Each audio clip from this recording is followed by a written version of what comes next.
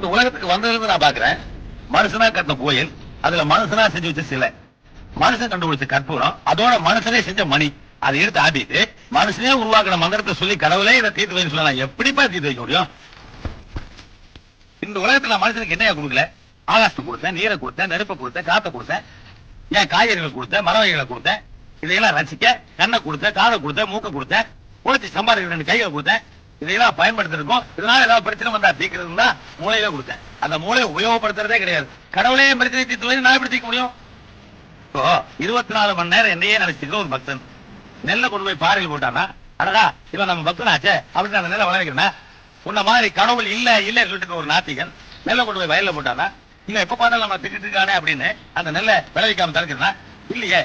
அங்க விளைவிக்கிறதும் இல்ல, இங்க தடுக்கிறதும் இல்ல. இந்த கடவுள் மனுஷனுக்கு பிரச்சனை உண்டாக்குறதும் இல்ல, மனுஷனால் உண்டான பிரச்சனையை கடவுள் வந்து தீர்க்கிறதும் இல்லை.